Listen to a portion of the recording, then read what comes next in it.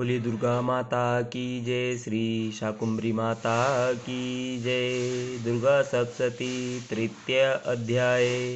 ऋषि बोले, महाअसुर चिक्षुर ने जब देखा कि यह सेना तो इस प्रकार मारी जा रही है, तब उसे बड़ा क्रोध उत्पन्न हो गया तथा स्वयं ही अंबिका के साथ युद्ध करने चल पड़ा।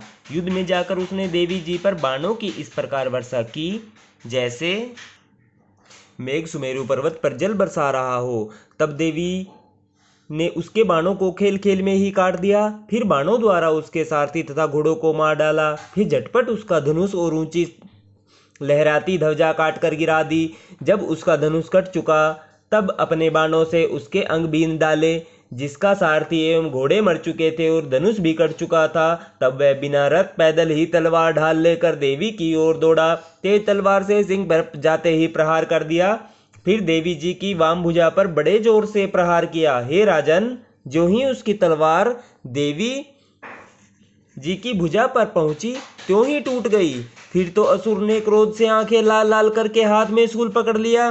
भद्रकाली जी पर उस दैत्य ने वह शूल डाल दिया। वह शूल इस प्रकार चमका जैसे कि आकाश से सूर्यमंडल गिर रहा हो। देवी जी ने अपनी ओर आते हुए उस शूल को देखकर उस पर अपना शूल चला दिया, जिससे उस शूल के सैकड़ों टुकड़े हो गए।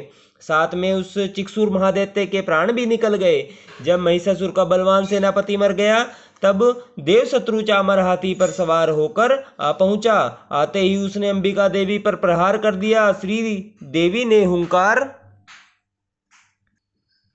द्वारा ही उसे तेजहीन कर दिया।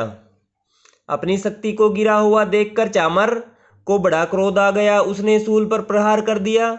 शूल को भी देवी जी ने बाणों द्वारा टुकड़े टुकड़े कर डाला। तब सिंह भी उछल कर हाथी के मस्तक पर चढ़ बैठा। वे दोनों परस्पर लड़ते लड़ते उस हाथी से नीचे पृथ्वी पर आ गए। भयंकर प्रहारों से परस्पर युद्ध करने लगे। तब बड़े वेग से सिंह ऊपर को उछला। ऊपर आकाश से नीचे की ओर गिरते गिरते पंजों के प्रहार से दैत्य चामर का सिर धड़ से अलग कर डाला। देवी जी ने युद्ध में उग्र को मार डाला। फिर कराल को भी दांत मुक्का एवं थपेड़ों के प्रहार द्वारा मार गिराया। क्रोधपूर्ण देवी ने गदा की चोट से उद्दत का चूरा कर दिया। भिद्दीपाल शस्त्र द्वारा, वास्कल बाणों द्वारा अंधक एवं ताम्र को यमधाम भेज दिया। तीन नेत्र धारणी परमेश्वरी ने उग्रास्य उग्रवीर महाहनु नाम के दैत्य को त्रिशूल द्वारा मार दिया। तलवार से विडाल का सिर धड़ से अलग कर दिया। दुर्धर दुर्मुख इन दोनों को बाणों द्वारा यमपुरी पहुंचा दिया। इस प्रकार अपनी सेना का नाश होता देखकर भैंसे का रूप बनाकर महिषासुर उन गणों को डराने लगा। कुछ एक गणों पर अपने थुथनों से प्रहार किया, दूसरों पर खुरों से प्रहार करने लगा। कुछ को वेग द्वारा, दूसरों को सिंहनाद द्वारा, घूमने से अन्यों को श्वास वायु द्वारा पृथ्वी पर गिराया। इस प्रकार गण सेना को गिराकर वह महिष सिंह की ओर झपटा। ज्यों ही सिंह को मारने लगा, तब जगदम्बा को बड़ा क्रोध उत्पन्न हुआ। इधर महापराक्रमी महिष भी क्रोध से पृथ्वी तल को अपने खुरों से खोदने लगा। फिर अपने सिंगों से बड़े बड़े ऊंचे ऊंचे पहाड़ उठाकर फेंकने लगा। साथ में गर्जने लगा। वेग के साथ उसके घूमने पर पृथ्वी क्षुब्ध होकर फटने लगी। उसने पूंछ से समुद्र पर प्रहार किया, जिससे क्षुब्ध होकर समुद्र पृथ्वी को चारों ओर से डुबाने लगा। उसके श्वासों की कठोर वायु से उड़ते हुए सैकड़ों पर्वत आकाश से गिरने लगे।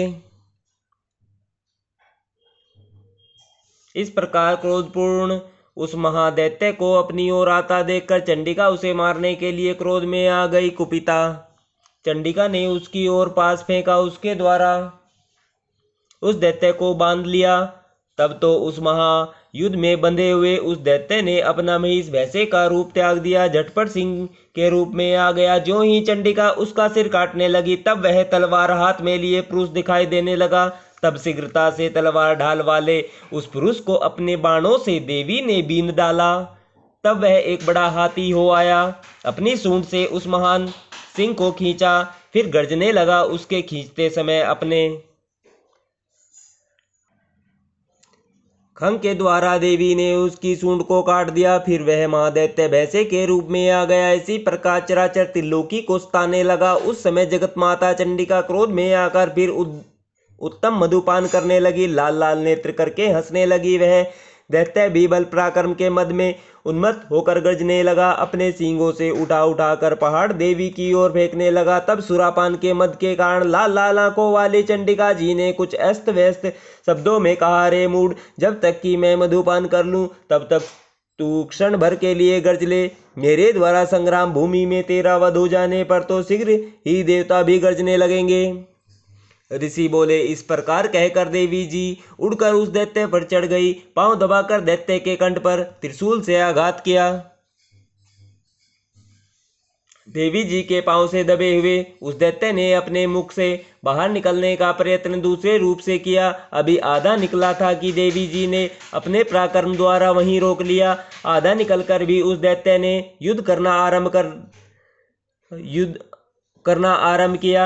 तब देवी जी ने अपनी तीखी तलवार से उसका सिर काटकर नीचे गिरा दिया। दैत्य सेना हाहाकार करने लगी। तब उस सारी सेना को भी देवी जी ने नष्ट कर दिया। सभी देवता अत्यंत प्रसन्न हुए। दिव्य मह ऋषियों के साथ देवता लोगों ने उस देवी की स्तुतियां की। गंधर्व राज गायन करने लगे। अप्सराएं नाचने लगी। हमारे 3 अध्याय पूरे हो गए हैं। चौथा अध्याय हम शुरू करेंगे शाम को। जय माता दी। जय जय माता दी। जय माता दी।